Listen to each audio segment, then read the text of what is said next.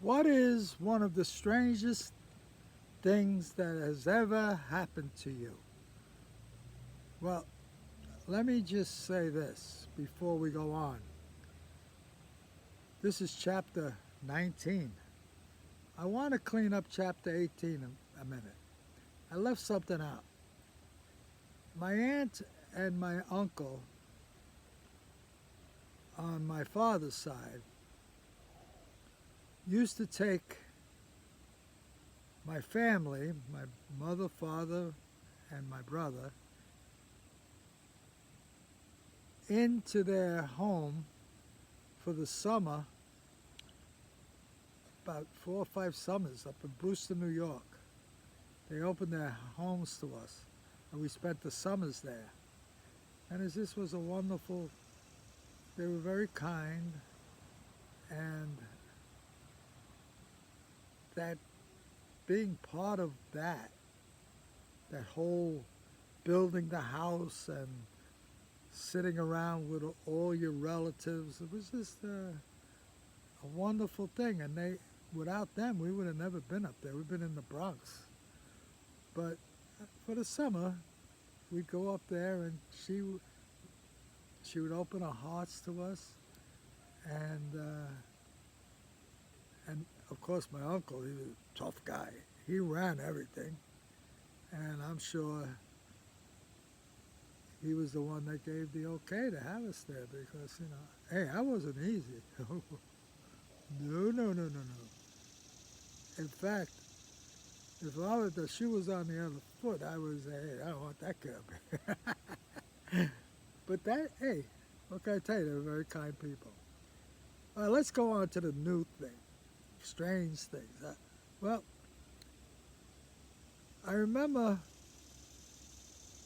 my daughter, who was with a dance company, ballet, out in North Carolina,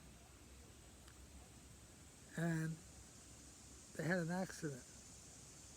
The girl that was driving the car, they hit the car, and my daughter got thrown out of the car, and I got a call, the dreaded call, and they couldn't give me whether she was going to make it or not.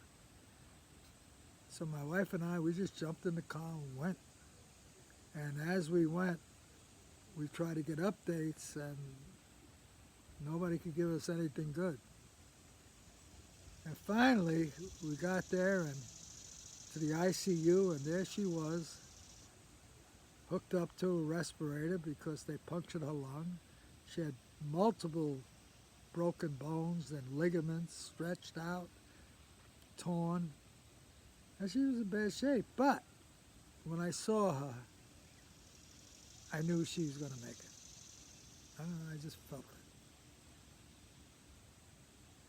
it. And outside the ICU, when the doctor was telling us all about the injuries, I went to a place, this is where it's strange. I went to a place, I can't explain it. It was very, very peaceful. And I finally was able to breathe. Like, I didn't breathe the whole trip. And here I am, breathing a beautiful breath. And I didn't want to leave. I didn't want to leave that place. And I finally was able to see my wife's face, which was very concerned.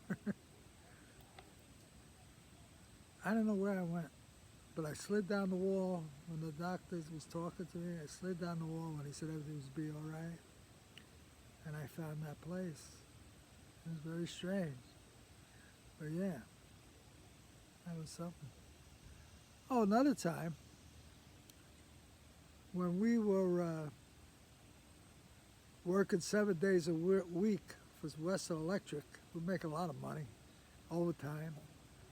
And the guys had discretionary income, and of course, I'm a good guy. They were making bets to a bookie I knew in the Bronx. And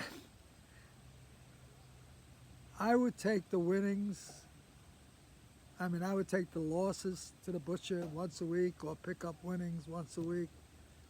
Believe me, I mostly delivered money. Now, I didn't make a nickel if that's what you're thinking.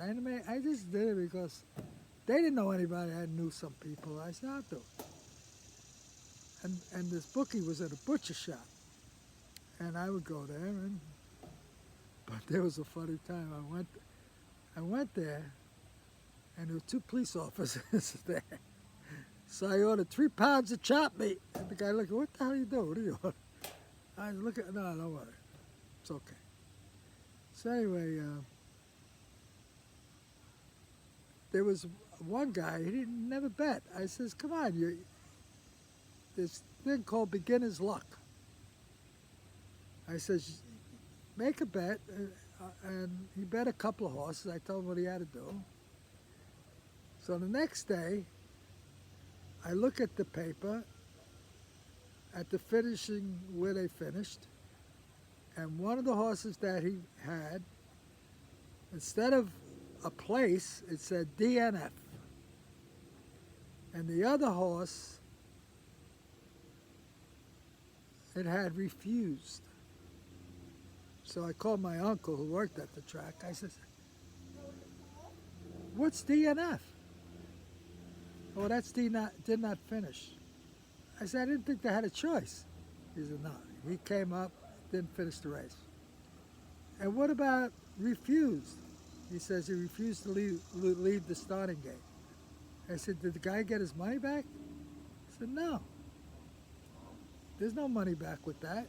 They didn't finish and they refused. You don't get money back. So I got to explain this to a guy that never made a bet in his life.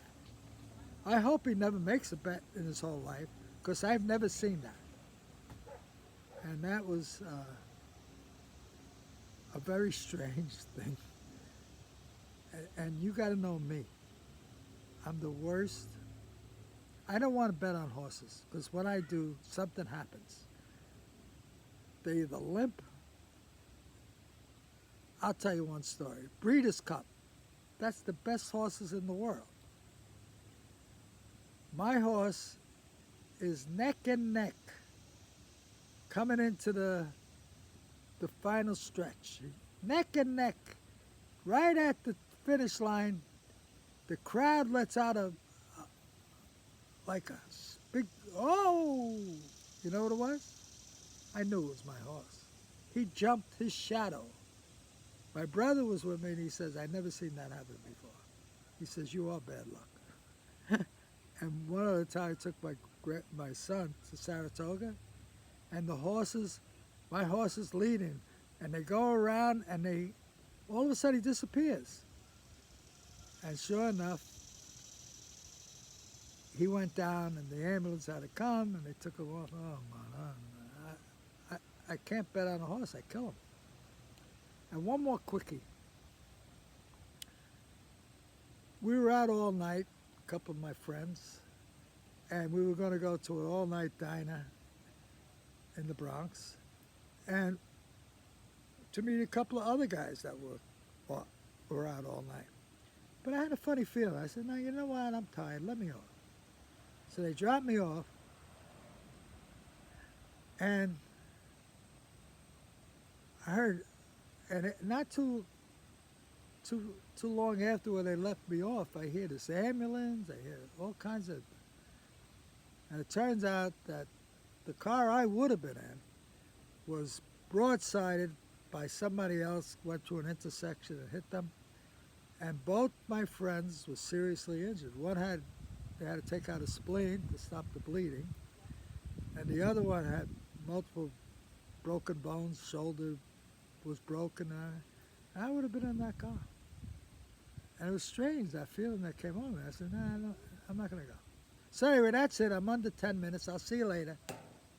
Chapter 19. Wait till you hear about chapter 20. Whoa.